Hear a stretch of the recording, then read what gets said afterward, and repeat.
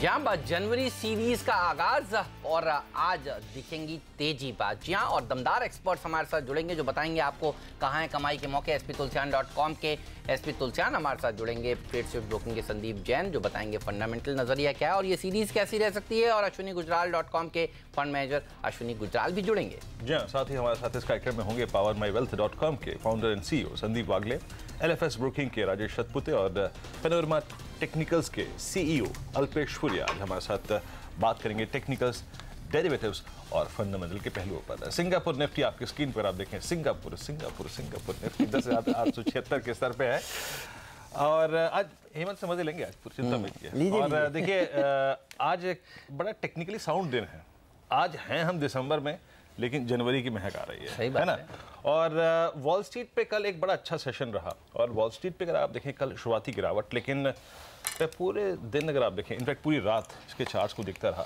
22,400 को जो इसने रिस्पेक्ट दी कल, 22,400 के लेवल को, वो वाकई बहुत अच्छी थी और शानदार सेशन। बताइए हुआ क्या एग्जैक्टली? जब से आपने कहा है कि अब ये उछलेगा, ये तो मतलब उछलता ही कूदता जा रहा है। क्रिसमस जरूर इनका खराब रहा लेकिन नए साल का ईव बहुत ही बढ़िया रहने वाला है, ये संकेत मिल रहे हैं। क्योंकि डेज लो से आप देखिए 871 पॉइंट की ज़बरदस्त रिकवरी कल 10 बजे 10:30 बजे के आसपास जब मैं सोने की तैयारी कर रहा था तो मैंने कहा एक बार देख लेता हूँ। सोते डाउ 400 पॉइंट नीचे था। मैंने कहा ये कल का बाजार हफ्ते का आखिरी कारोबार दिन मूड खराब करेगा, लेकिन उसके बाद जब आज सुबह उठे तो आप देखिए डाउ ने करीब 260 पॉइंट की तेज़ी के साथ जाकर समाप्ति दी। अब समझ में यही आ रहा है कि ट्रंप साहब कोशिश ज़रूर करेंगे और अमेरिका के मार्केट को संभालने की कोशिश ये होने वाली है।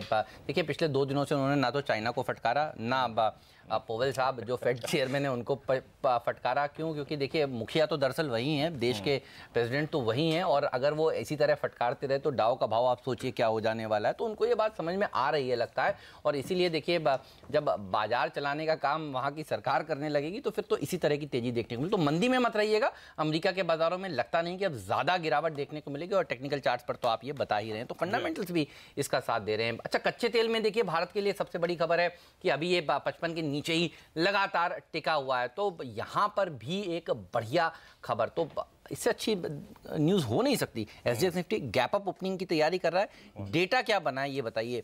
कल जो सीरीज की एक्सपायरी हुई इसके बाद जनवरी सीरीज का आगाज किस नोट पर होगा? देखिए हेमंत, ये जो एसजीएक्स निफ्टी में गैप अप है ना, और मैं एग्जैक्टली अगर आप देखें, ये बताऊं, मैं रात को 2:30 बजे का अलार्म लगा के सोया था। अच्छा, कल मैंने क्यों बोला था प्रॉफिट मत बुक करिएगा? कल मैंने क्यों बोला था कि स्टॉप लॉस थोड़ा सा वाइड रखिएगा 10,720 का? इसीलिए मैं एग्जैक्टली यही देखना चाहता था। वॉल स्ट्रीट ने जो कि एक सेशन पहले 1000 पॉइंट का पुल बैक दिया, उसके बाद वो किसी भी तरीके से अगर अपने पिछले 2 सेशन के लो को वॉलेट नहीं करता तो ये बड़ी संभावना थी कि जो कि चार्ट्स पे देखिए फ्रैंकली स्पीकिंग अब लग रही है कि यूएस अगर एक पॉजिटिव बायस के साथ एक कंसोलिडेशन के जोन में चला जाए तो वो भारतीय बाजारों के लिए सबसे सहायक फैक्टर होगा और वैसा ही हुआ। और इसीलिए अगर आप देखें वो स्टॉप लॉस वाइड और री एंट्री के बारे में कल फोकस कर रहा था। तो CNBC आवाज़ देखना क्यों ज़रूरी है? अगर आप BTST करना चाहते हैं तो आपको ग्लोबल मार्केट्स का चार्ट पढ़ना बहुत ज़रूरी है। और वीरू आपसे कह रहे थे डरिए मत, डर के आगे जीत है और देखिए हुआ। जी हाँ, और देखिए अब मैं बताऊं कि मैं 2-3 थीम बता देता हूं जनवरी की आपको सर। एक तो ये कि लार्ज कैप्स को जनवरी में मत छोड़िएगा। रोल ओवर्स के आंकड़े, रोल ओवर कॉस्ट्स के आंकड़े ये कहते हैं कि जनवरी में फोकस, सेंटर ऑफ अट्रैक्शन रहेगा Nifty. Large caps mid cap के बजाय लार्ज कैप्स ज्यादा अगर आप देखें अच्छा करेंगे। खैर मैं आंकड़ों पे आता हूं। एग्जैक्टली अगर आप देखें रोल ओवर के आंकड़े डायरेक्टर साहब बीच बीच में दिखाते रहिएगा। याद रखिए जो आप डायरेक्ट ये जो आंकड़े देखेंगे ना स्टॉक स्पेसिफिक, ये मैं वो स्टॉक्स डाल रहा हूं स्क्रीन पर जो कि सबसे अच्छे सेक्टर के हिसाब से रोल ओवर देखे गए हैं। खैर आते हैं आंकड़ों पर। एफआईएस के आंकड़े बेहद शानदार, अगर आप देखें मार्केट क्यूज जिसे कहते हैं ना, एफआईएस के आंकड़े बेहद शानदार।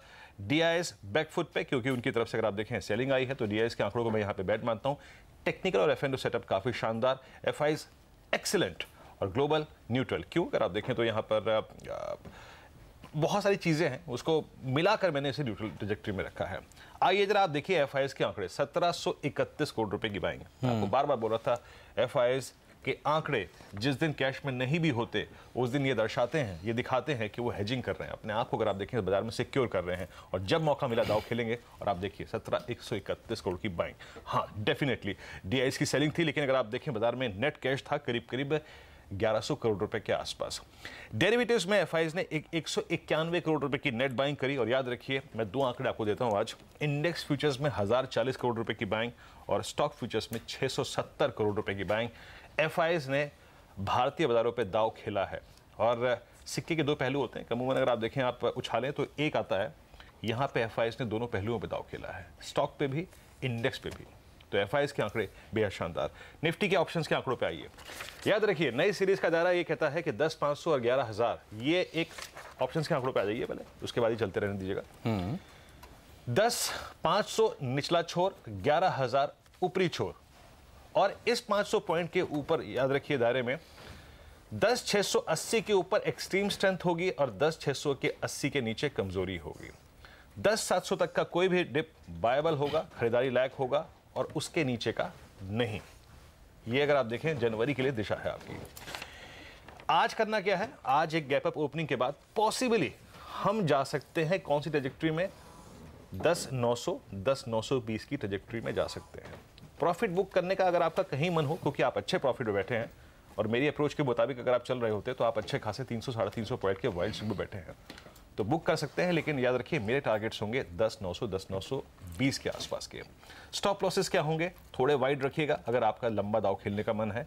लेकिन मेरे ख्याल से अगर इसी रेंज में ओपनिंग होती है तो एक वाजिब स्टॉप लॉस जो होगा वो 10,820, 830 के आसपास का होगा। और इससे कम की ओपनिंग होती है तो 10,780 का भी स्टॉप लॉस हो सकता है, याद रखिए। अच्छा, ऑप्शंस के आंकड़े एक और चीज रिफ्लेक्ट करते हैं कि अभी 10,500 के बाद जो सबसे क्रिटिकल सपोर्ट है वो है 10,700, 10,720। अच्छा, कुछ मैं स्टॉक्स व्यूअर्स के लिए बता देता हूं, एक लिस्ट दिखा देता हूं कि कौन कौन से स्टॉक्स बहुत अच्छा कर सकते हैं। याद रखिए, निफ्टी के रोलओवर 3 मंथ के एवरेज रोलओवर से इस बार कहीं अच्छे रहे और पिछली सीरीज के मुकाबले कहीं अच्छे रहे। Maruti, M&M, ICICI bank, Indian bank, bank of India, L&T और सीमेंस कैपिटल गुड्स में, हेवल्स, बजाज, माफ कीजिए, कैनफिन होम्स, बजाज फाइनेंस, HDFC, मैरिको, UBL, साथ ही साथ अगर आप देखें ऑयल एंड गैस स्पेस में रिलायंस, अजंता फार्मा, अकेला फार्मा स्पेस में, और इन्फोसिस IT बास्केट में, और KPIT IT बास्केट में। ये ऐसे स्टॉक्स थे जो सबसे अच्छा रोलओवर देखे गए। एक आखिरी तथ्य में एक और कहता हूं हेमंत, कि बैंक निफ्टी के रोलओवर इस बार निफ्टी से कम है। That means centre of attraction इस सीरीज में रहेगा निफ्टी। बिल्कुल, तो निफ्टी के ऊपर रखिएगा नजर। अच्छा, बैंक निफ्टी के लिए कोई इंपॉर्टेंट लेवल्स आज के लिए? देखिए, बैंक निफ्टी थोड़ा सा हिचकिचाएगा 27,300, 27,350 के जोन में। तो अगर आपके पास लॉन्ग है और एक गैप अप ओपनिंग के बाद कहीं भी आपको अगर आप देखें 27,200, 250, 230 मिले, एक बार वहां पे प्रॉफिट बुक करने की चेष्टा कीजिएगा। मैं कह रहा हूं ना, जितना एग्रेसिव इस वक्त निफ्टी है उतना निफ्टी बैंक नहीं। आपको याद है 3 दिन से मैं ज्यादा निफ्टी बैंक पे बात नहीं कर रहा हूँ, इसीलिए क्योंकि मेरे को अट्रैक्शन लग रहा है निफ्टी पे इस वक्त। बिल्कुल, तो निफ्टी पर रखिएगा नजर और मिड कैप्स पर तो जरूर रखिएगा नजर। और आज मिड कैप्स में एक अच्छी रैली देखने को मिल सकती है। हफ्ते का आखिरी कारोबार दिन जरूर है, लेकिन एनएवी प्रॉपिंग के लिहाज से भी म्यूचुअल फंड दरअसल मिड कैप्स में जो काफ़ी सस्ते हो चुके हैं उनमें खरीदारी करते हैं। और आज और 31 तारीख ये है सोमवार का दिन जब ये एक्शन देखने को मिलने वाला है। कैबिनेट ने भी कल बड़े फैसले लिए हैं, इस पर भी बात करेंगे। गोल्ड पॉलिसी पर एक CNBC आवाज़ का बिग एक्सक्लूसिव है जिसके चलते आज ज्वेलरी से जुड़े हुए शेयरों में तेजी देखने को मिलेगी। इस सब पर बात होगी शो में आगे, लेकिन बागले साहब हमारे साथ जुड़ चुके हैं। Very good morning to you. बताइए क्या मूड है, बाजार को किस तरह से अप्रोच करेंगे? जनवरी में वेलकम है आपका। Good morning Hemant, good morning Viren. आज तो मेरा मूड इतना ठीक नहीं है। क्यों? क्योंकि अगले हफ्ते से आप जो नहीं। अरे भाई गॉड, आज सबने मन बना लिया है। नहीं, लेकिन it's a well deserved break जो मैं दिल से चाहता हूं कि आपको हमारा एक ब्रेक एंजॉय करना चाहिए, आपके फैमिली भी। शुक्रिया सर, शुक्रिया। तो हम क्या बोलते हैं, bottom of the heart we are wishing. धन्यवाद सर, धन्यवाद। आप एंजॉय कीजिए। करिए, बिल्कुल याद करेंगे सर। आप मतलब ऐसा याद तो नहीं किया, भूल जाया जाता है। हम तो आप तो हमेशा याद रहते हैं। बल्कि बताइए सर। SGX जो कह रहा है जी, वो ही मैं कहना चाहता हूँ। अच्छा, मैं थोड़ा सा लार्जर पिक्चर की पहले बात करूं। ओके। 10,600, हालांकि 10,600 इमीडिएटली तो लगता नहीं है, और 11,000 मेरे लिए जायंट की रेंज है। ओके। वो 11,000 वाला शायद 200 पॉइंट खींचा जा सकता है, बट मुझे नहीं लगता है 10,600 ब्रेक होगा। तो ये मेरे लिए 500, 600 पॉइंट, 700 पॉइंट की रेंज है। ये मेरे मतलब ये बहुत पॉजिटिव न्यूज़ है। ये संदीप वागले द बुल बोल रहे हैं। नहीं सही है, अच्छा चार्ट्स में दिखाई देता है सही है। और हम काफी टाइम से कह रहे हैं कि 10,500 550 ब्रेक नहीं होना है। वो भी वो I think almost 80-90% of the times हमने निफ्टी की व्यू तो हमारे पकड़ में आई है। बिल्कुल आई है। वीरू जी कह रहे हैं कि निफ्टी में स्ट्रेंथ है, बैंक निफ्टी में कल इतनी स्ट्रेंथ नहीं थी, तो इसका अर्थ कैसे लिया जाए ये मैं अभी भी श्योर नहीं हूँ, क्योंकि अभी स्ट्रेंथ नहीं है। कैचअप ट्रेड में बैंक निफ्टी आउट परफॉर्म भी कर सकती है। ये इसका दूसरा way of looking at it है, पहलू है। स्टॉक स्पेसिफिक अच्छा है कि वीरू ने जो स्टॉक आइडेंटिफाई किया वही मेरे रडार पर है, और वो मेरे रडार पे कल लास्ट 1 आवर में जो आपने बोला ना रोलिंग अजंता फार्मा, ये मेरे लिए पहला बाय कॉल है। 1164 का मेरा स्टॉप लॉस है, 1206 का इंट्राडे टारगेट है। दूसरा है आरबीएल बैंक। इसमें मुझे कल जिस तरह से पैटर्न बना है, मुझे लगता है आज के दिन में या मे बी आज और कल में, एज इन आज और मंडे को ये मूव एक्सटेंड हो सकती है। 570 के स्टॉप लॉस से मैं बाय करूंगा, 594 का मेरा स्टॉप लॉस होगा। राजेश सतपुते भी हमारे साथ हैं इस कार्यक्रम में। अब राजेश, गुड मॉर्निंग, कार्यक्रम में स्वागत है आपका। ये बताइए, इस नई सीरीज के लिए आज आपकी टॉपिक्स क्या होंगे? देखिए 2 टॉपिक्स है, एक मोमेंटम बेट है और एक स्लाइटली पोजिशनल। जो एक्सिस बैंक थोड़ा मुझे लगता है यहाँ पे मोमेंटम आज गेन करेगा। 618 620 इसका सपोर्ट है, 612 का स्टॉप लॉस मैं प्लेस करूँगा। 635 36 ये मेरा टारगेट रेंज है, 636 टेक्निकल टारगेट होगा। चेन्नई पेट्रो में कल हमने एक बहुत अच्छी बाइंग देखी, कल इसका 200 डे में का ब्रेकआउट भी हुआ था। Technically it's a wedge formation जिसको इसने ब्रेकआउट दिया है, तो मुझे लगता है कि एक अच्छा ट्रैक्शन रहेगा चेन्नई पेट्रो में। 278 का स्टॉप लॉस रहेगा, टारगेट मेरा 304 का है। ऑलराइट, तो इन दोनों स्टॉक्स पर रखिए नज़र। ये है राजेश जी के आज के पिक्स। लेकिन बात करते हैं सीएनबीसी आवाज़ की बड़ी एक्सक्लूसिव खबर की। कल देखिए कैबिनेट की बैठक देर रात चली। ट्रिपल तलाक वाला देखिए मामला कल संसद में छाया रहा, और उसके बाद कैबिनेट के आउटकम निकल कर आया। सरकार देर रात तक बैठकर अटके हुए डिसीजंस को आगे ले जाने चाहती है, ये समझ में आ रहा है। तो कोस्टल रेगुलेशन जोन में बड़े बदलाव का प्रस्ताव जो दिया गया था वो पास हो गया है। और सीएनबीसी आवाज़ ने देखिए कल शाम आपको बताया था कि ये एक इम्पॉर्टेंट मुद्दा है जिस पर नज़र रहने वाली है और ये पास हो सकता है। सीएनबीसी आवाज़ के economic policy editor Laxman Roy बता रहे हैं और कौन कौन से बड़े फैसले हुए और इस फैसले के क्या मायने हैं, इस पर भी बात करेंगे। जो सूत्रों से जानकारी मिली है उसके मुताबिक कैबिनेट ने एक बड़ा फैसला ये लिया है कि कोस्टल रेगुलेशन जोन यानी CRZ होता है, उसमें और ज़्यादा ढील देने का फैसला लिया है, ताकि समुद्र के किनारे में जो लोग अपनी इंडस्ट्री चलाना चाहते हैं या फिर रियल एस्टेट का प्रोजेक्ट बनाना चाहते हैं तो उनको और ज़्यादा ज़मीन मिल सके। मिसाल के तौर पर मुंबई के आसपास के इलाकों में जो बिल्डर अपने रियल एस्टेट के प्रोजेक्ट चलाना चाहते थे उनको ज़्यादा एफआर मिलेगा, ज़्यादा इलाका मिलेगा समुद्र के किनारे में जहाँ अपने प्रोजेक्ट बना सकेंगे। दूसरी तरह जो शिपिंग इंडस्ट्री है, दूसरी इंडस्ट्री है, उसको भी समुद्र के किनारे अपनी इंडस्ट्री को और ज्यादा विस्तार करने के लिए जगह मिल सकेगी।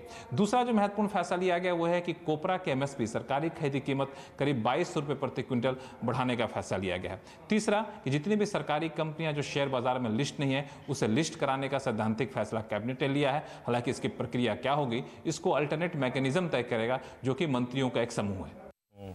बड़ी खबर है। और हेमंत, इनफैक्ट आप यहाँ पर हैं मुंबई में, मुंबई को समझते हैं और काफी बड़ा अगर आप देखें स्लम एरिया है। जी, आप कहते हैं करीब 50 से 60% एरिया दरअसल मुंबई में स्लम्स इसका मतलब क्या है एग्जैक्टली? और देखिए स्टॉक स्पेसिफिक मिड कैप की अप्रोच इसमें पकड़नी पड़ेगी आपको, है ना? तो कैसे प्ले करेंगे? देखिए प्योर वैनिला ट्रेड तो है, रियल एस्टेट कंपनियां खरीद लीजिए, लेकिन आज ये बहुत सारी कंपनियां गैप अप खुलने वाली हैं, खासतौर पर ऐसी कंपनियां जिनके पास बड़ा लैंड बैंक है। HDIL, DB realty, peninsula land जैसे स्टॉक्स में एक बहुत ही बढ़िया रैली आज के सत्र में देखने को मिलेगी।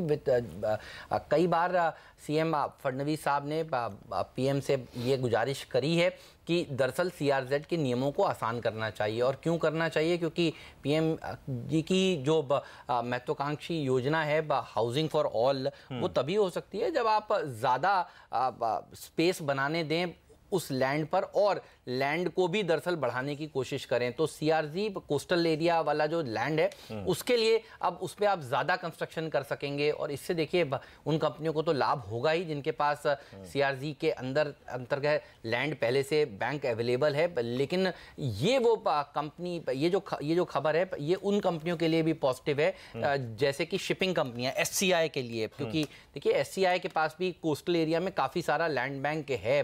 तो उस कंपनी के लिए भी आज ये पॉजिटिव माना जाएगा। ऐसी कंपनियां जो रियल एस्टेट कंपनियों को लेंड करती है, जैसे कि पिरामल एंटरप्राइजेज और कई कंपनियां हैं जो उन्हें लेंड कर रखी हैं, उन कंपनियों के लिए भी पॉजिटिव माना जाएगा। जैकॉब जैसी सूडो रियल्टी कंपनियां भागेंगी। तो इस खबर के चलते बहुत सारा इंपैक्ट आज अलग अलग जगह पर पड़ने वाला है। अब देखना ये है कि कितनी गैप अप ओपनिंग ये हो जाती है और उसके बाद कितनी जगह बनती है। एक बार वागले साहब से पूछ लेते हैं। गोदरेज प्रॉपर्टीज, ओबरॉय रियल्टी मुंबई की, ये कंपनियां भी आज रडार पर रहने वाली हैं। तो लेकिन छोटी टिकट साइज की कंपनियों की बात करें तो वागले साहब, HDIL, peninsula land, DB realty, इनमें से कुछ आपको पसंद है क्या, ये बताइए। हेमंत, मुझे पसंद है HDIL, मुझे पसंद है DB रियलिटीज और पेनिनसुला लैंड, और ये तीनों में अगर मुझे चूज करना है तो मेरा नंबर 1 होगा HDIL। हालांकि HDIL और DB रियलिटी का पैटर्न ऑलमोस्ट सिमिलर है। सही है। बॉटम, शॉर्ट टर्म बॉटम बन चुका है। दोनों के दुख भी सिमिलर हैं। मतलब इतना पिटने के बाद कहीं ना कहीं अंडर ओन्ड स्टॉक्स हैं, तो ये भागेंगे तो जोर से भागेंगे। बिल्कुल, और ये बाउंस बैक प्ले ही है, बाउंस बैक ट्रेड है। इसमें आप ये मत समझिए कि यहाँ से ये मतलब 50 रुपए ऊपर जाएंगे, ऐसा नहीं, कोई नहीं है। हाँ, वैसा वाला मामला नहीं है। तो HDIL, DB and then followed by Peninsula Land. बिल्कुल, तो इस पॉकेट पर रहेगी नजर। बाजार जब प्री ओपनिंग ट्रेड सेटल हो जाएंगे तो एक बार फ्रेश व्यू भी इनके ऊपर लेंगे। और 2020 में भी आज देखिए ये सारे के सारे स्टॉक्स हमने आज अपनी टीम में शामिल किए थे। लेकिन एक